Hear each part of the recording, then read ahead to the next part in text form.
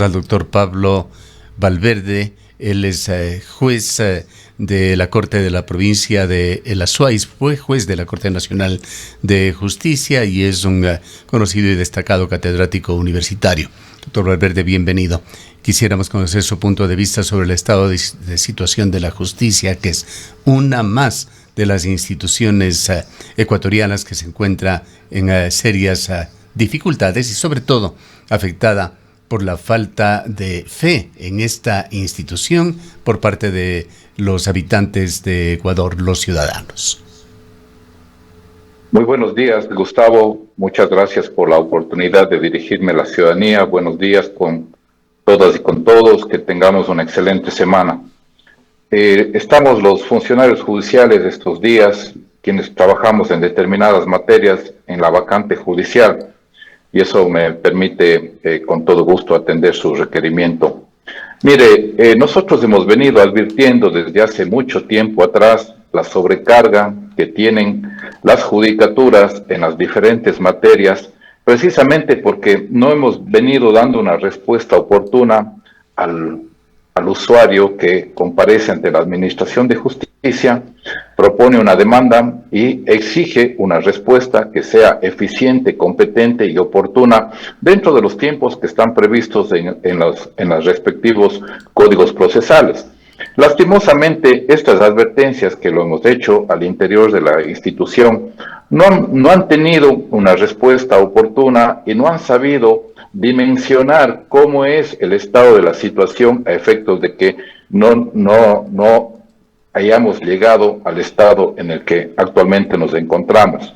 Entonces, para entender lo que ha ocurrido, indudablemente tenemos que hacer una retrospectiva y ver que el Consejo de la Judicatura ha tenido diferentes cambios en quien lo preside.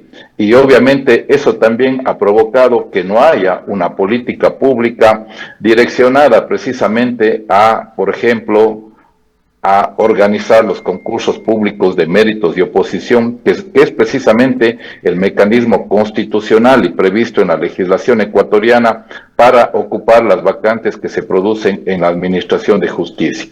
Lastimosamente hemos tenido que llegar a este estado de la situación, donde que seguramente ya hemos leído, escuchado los pronunciamientos públicos de colegios de abogados y entes que ya empiezan a hacer recién el reclamo de lo que ha venido ocurriendo, y ahí en la nueva administración del Consejo de la Judicatura hace aproximadamente 15 días declaró el estado de emergencia en la Administración de Justicia y evidentemente yo digo en forma oportuna ya se ha dictado la otra resolución que va a permitir designar jueces temporales. Ahora, ¿es lo que todos desearíamos los jueces temporales? Indudablemente que no.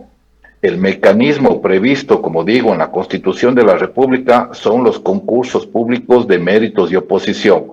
Pero ante la situación que estamos enfrentando, de existir tantas vacantes y como esas vacantes de este rato nos están encargando a los jueces, lastimosamente no podemos ni siquiera dar una respuesta oportuna en nuestro despacho, peor hacerlo con 2 despachos o 3. Entonces, esperemos que, como digo, hemos llegado a una situación que no hubiésemos querido llegar, pero estamos enfrentando esa situación de emergencia. ¿Temporales asumiendo ya sus cargos en las distintas provincias del país?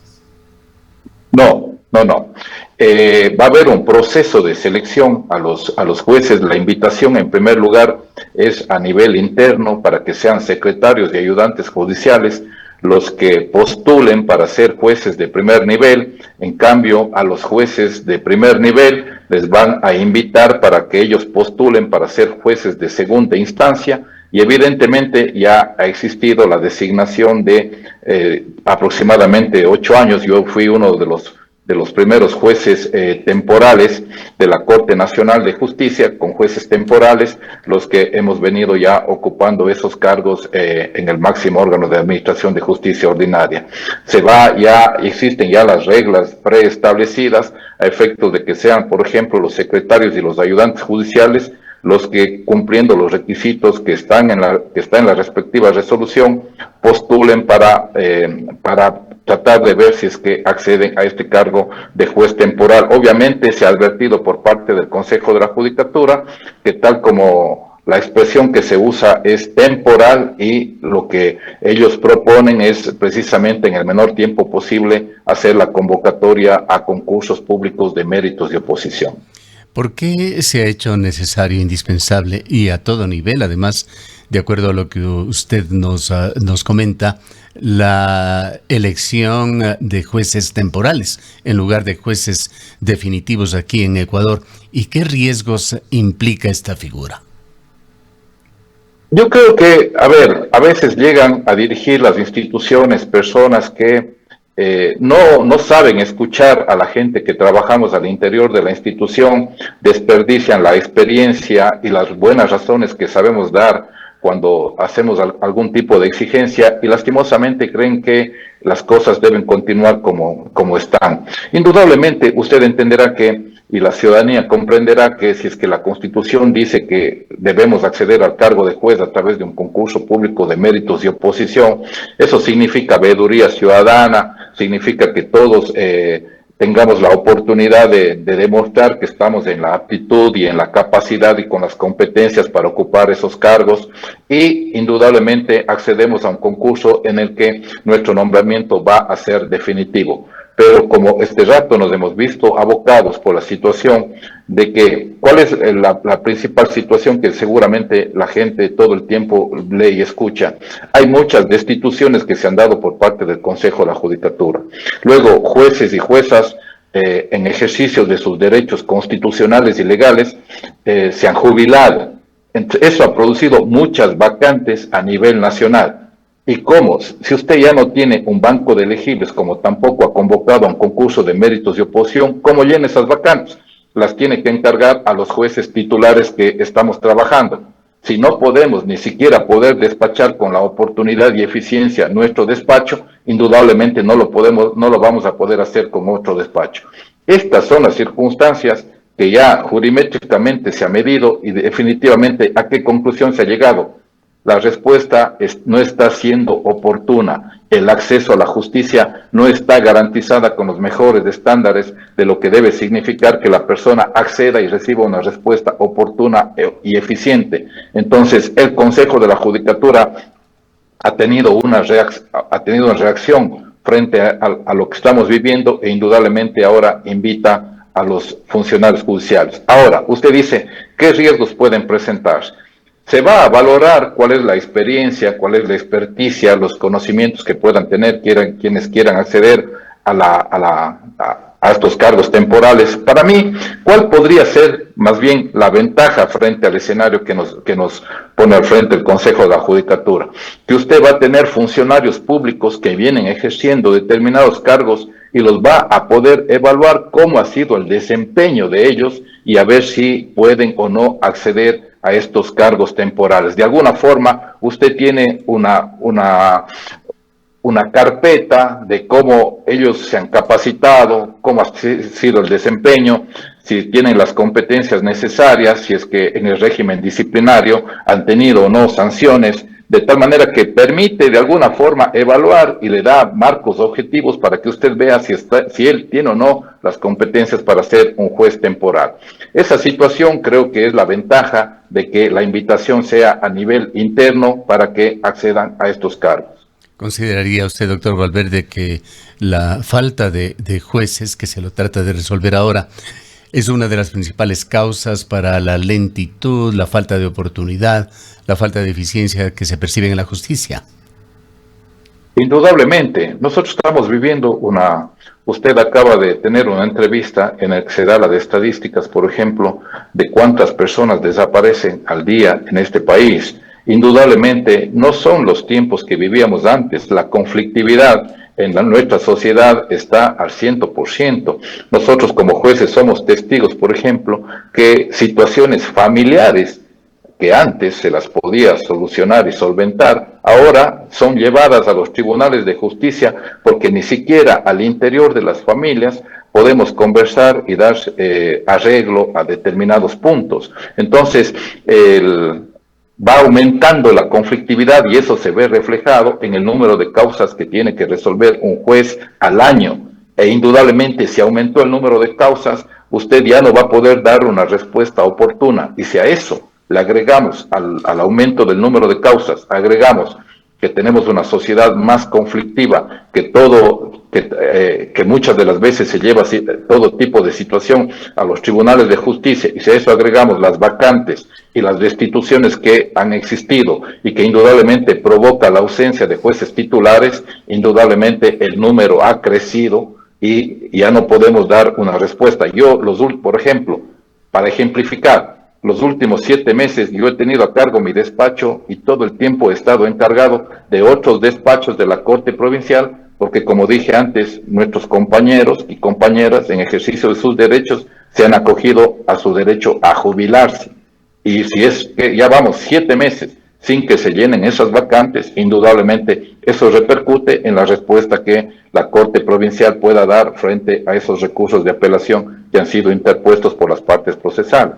Ahora, doctor Valverde, ¿cómo interpreta usted las declaraciones de altas autoridades, declaraciones que obedecen a percepciones quizá de personajes como el ministro del Interior, John Reinberg, o del gobernador de la SUAY, replicada en realidad por varios gobernadores que afirman que los jueces dejan en libertad a delincuentes peligrosos y reincidentes, quitando efectividad a la acción policial? Oiga, yo creo que por el respeto, por la cultura, por lo que nosotros, si queremos efectivamente dar pasos positivos para pacificar esta sociedad, deberíamos ser mucho más consecuentes con las expresiones que decimos. A mí me parece que los procesos son públicos, los funcionarios públicos tienen todo el derecho y además la obligación de denunciar casos de corrupción, pero a mí me parece que deberíamos acabar con esas generalizaciones, con esas situaciones donde no determinamos un hecho puntual y que efectivamente ahí podamos contrastar qué es lo que pasó en el juicio y qué es la decisión del juez.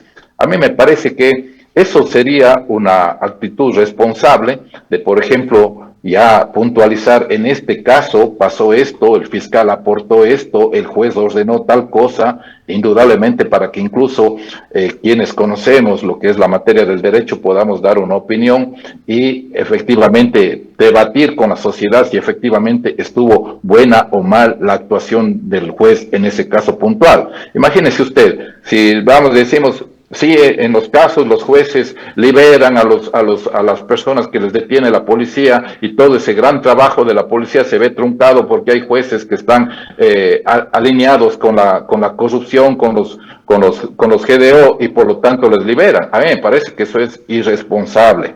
Lo responsable es decir, en este caso pasó esto y por lo tanto aquí la actuación del juez estuvo mal. ¿Y eso a dónde hay que conducir? Al régimen disciplinario, al Consejo de la Judicatura y a la Fiscalía para que efectivamente sean los órganos. Vivimos en un Estado de Derecho y hay los canales regulares para presentar nuestras denuncias y las situaciones puntuales de lo que podría ocurrir frente a lo que nosotros consideremos una mala administración de justicia. Pero así, las generalizaciones nos hacen daño como sociedad y eso precisamente mina la credibilidad que tiene la administración de justicia y se agudiza aún más, porque por ejemplo enfrentamos temas reales como por ejemplo la falta de jueces y la gente deja de creer en la institucionalidad y luego y creemos que estamos haciendo una situación responsable cuando luego estamos dando pasos seguramente para los estados fallidos. ¿En qué medida considera usted que el sistema judicial en Ecuador adolece en realidad de problemas reales en la administración de justicia? Y en cuanto a estas declaraciones, ¿considera usted que estas afirmaciones desconocen la estructura legal del debido proceso? Pero claro, es que eso le digo, Gustavo, y a la ciudadanía. Usted no puede generalizar. Yo no podría, por ejemplo, decir todos los profesores de este país son pésimos y no contribuyen a la educación de la juventud. eso sería irresponsable de mi parte, pero yo sí podría tener un caso puntual en el que efectivamente, por ejemplo, le demuestre que el profesor no está capacitado, que el profesor no cumple un horario de trabajo. Eso para mí es lo responsable. Entonces, nuevamente, las generalizaciones no le hacen bien al Ecuador y adolecemos, la institución como tal adolece de muchas situaciones. Yo creo que, por ejemplo, el hecho de que ha habido casos como el caso Plaga, donde que se ha visualizado efectivamente que jueces han estado alineados para hacer todo lo contrario a lo que les manda el ordenamiento jurídico ecuatoriano, sin duda demuestra que ha habido jueces que se han apartado del cumplimiento de la Constitución y la ley, y ellos han sido destituidos. Y así se tiene que proceder. El juez que no es competente y que no está trabajando bien, se lo tiene que destituir. Pero sin embargo, también la institución no cuenta ni siquiera con los elementos materiales, y ya hemos visualizado hoy día, ni con el elemento humano indispensable para poder trabajar en forma eficiente. Hay aproximadamente 500 vacantes en el país de jueces. Este rato somos aproximadamente 1.700 jueces y por lo tanto estamos lejos de cumplir los estándares internacionales de cuántos jueces deben haber por cada habitante en el país, y ahí sí asegurar una respuesta oportuna. Si un ciudadano comparece, presenta una demanda y el abogado le dice aproximadamente vamos a tener una respuesta en 1 año y usted tiene la respuesta a los 4 años, indudablemente eso mina la credibilidad institucional. Y vea, por ejemplo, lo que pasa en la Corte Nacional de Justicia. Llevamos casi 7 años sin jueces titulares. Eso le hace daño a la institución e indudablemente, como digo, insisto, mina la credibilidad de la ciudadanía, y eso contribuye efectivamente para quitarle la credibilidad y dejar como muy abajo el trabajo que nosotros desempeñamos, porque indudablemente, pese a los esfuerzos que hagamos, no estamos este rato, insisto, en la capacidad de dar esa respuesta oportuna y eficiente a los que en los diferentes niveles de grados que nos corresponde resolver las causas que están en nuestro conocimiento. ¿Cuántos jueces hacen falta en el país para cumplir con estándares mínimos internacionales? Aproximadamente unos 500 jueces, y está establecido que, por ejemplo, hay un banco de elegibles de los jueces anticorrupción que van a ser invitados para ser titularizados como jueces en las salas penales del país, pero creo que no son más de 8 personas que están en ese banco de elegibles. Luego van a ver si es que hay algunos juzgados donde que hay menos carga procesal para trasladarlos o ya dejar de contar con esa unidad judicial, pero definitivamente son aproximadamente 500 vacantes que se las tiene que llenar. Tenemos este rato aproximadamente 1.200 secretarios a nivel del país, lo que da la posibilidad de que si es que ellos postulan para estos cargos temporales, que no son 500 en primer nivel, ¿no? Ellos solo podrían postular para primer nivel y son los jueces de primer nivel los que van a poder postular para la Corte Provincial. Ojalá, como digo, el Consejo de la Judicatura, a partir de la resolución que declaró el estado de emergencia, ha demostrado celeridad y preocupación para solventar este tipo de situación en el menor tiempo posible. Pero eso no significa, ¿no?, como decía Napoleón, vestirme despacio que tengo prisa. Eso, ojalá no se hagan las cosas apresuradas, sino más bien se vaya haciendo como se tiene que hacer, evaluando, tomando pruebas para precisamente garantizar que quienes accedan a los cargos temporales tengan las competencias y la solvencia moral y ética para ejercer un buen desempeño en el cargo que temporalmente se les va a asignar. ¿Cuáles son los riesgos institucionales, me refiero a la institución de la justicia, que se pueden crear, que se observan cuando autoridades políticas, incluso jefes policiales, atribuyen, y lo hacen con frecuencia, la inseguridad a decisiones judiciales, sin ir un paso más allá, como usted ha sugerido, sin analizar expedientes ni fundamentos jurídicos? Yo creo que eso es abonar para que ya nadie cree en la institucionalidad del país.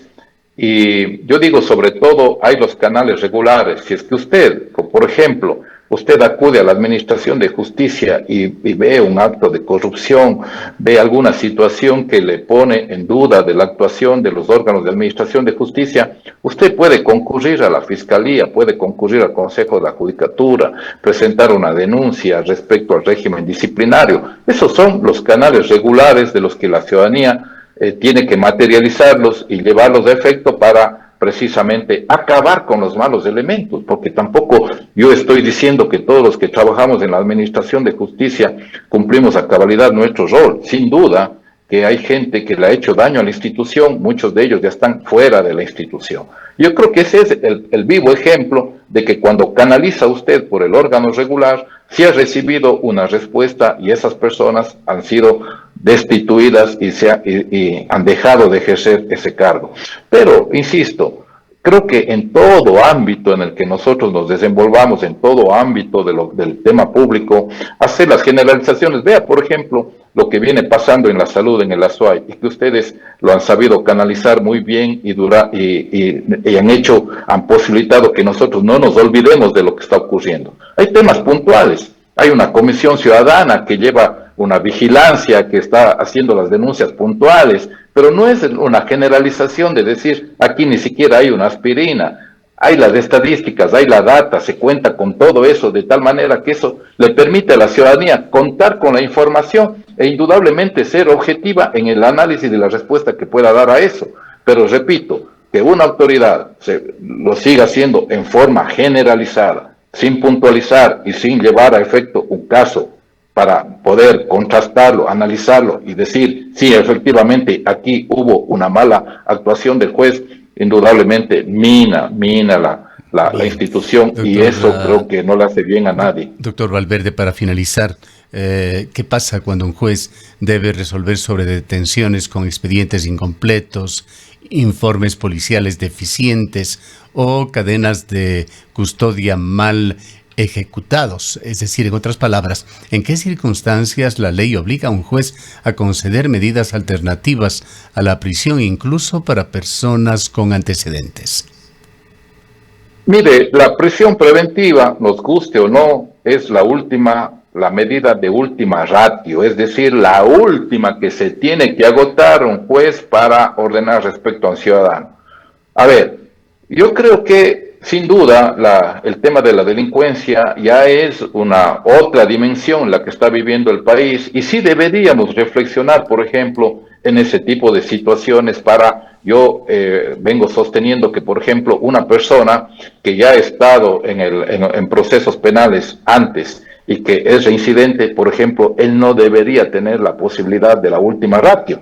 Ese es algo que yo, como digo, creería que ahora en estas circunstancias en las que hay un altísimo índice de delincuencia, el Ecuador debería discutirlo.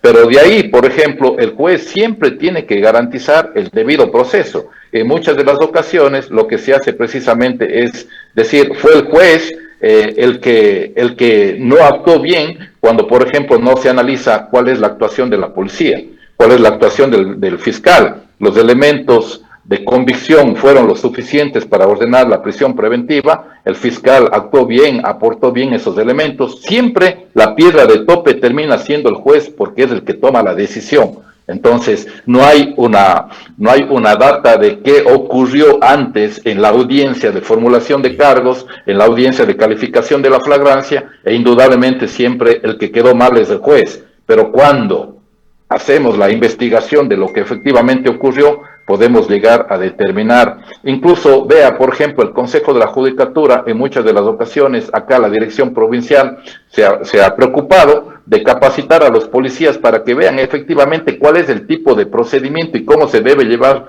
bien un procedimiento investigativo para que, sujetándose a las reglas del debido proceso, usted tenga el resultado que aspira a tener, si es que efectivamente estamos frente a una persona contra quien hay suficientes indicios en cuanto al cometimiento de un delito y a la responsabilidad que él pueda tener en ese delito. Bien. Le agradecemos mucho por habernos atendido en esta mañana, doctor Valverde. Les agradezco mucho la invitación. Como dije al inicio, que tengamos un buen día, una buena semana. Muchas gracias, Gustavo. Siempre un gusto estar en su medio de comunicación. Igualmente a usted. declaraciones del doctor Pablo Valverde, juez de la Sala de lo Civil de la Corte Provincial de la SUAY, académico, ex juez de la Corte Nacional de Justicia.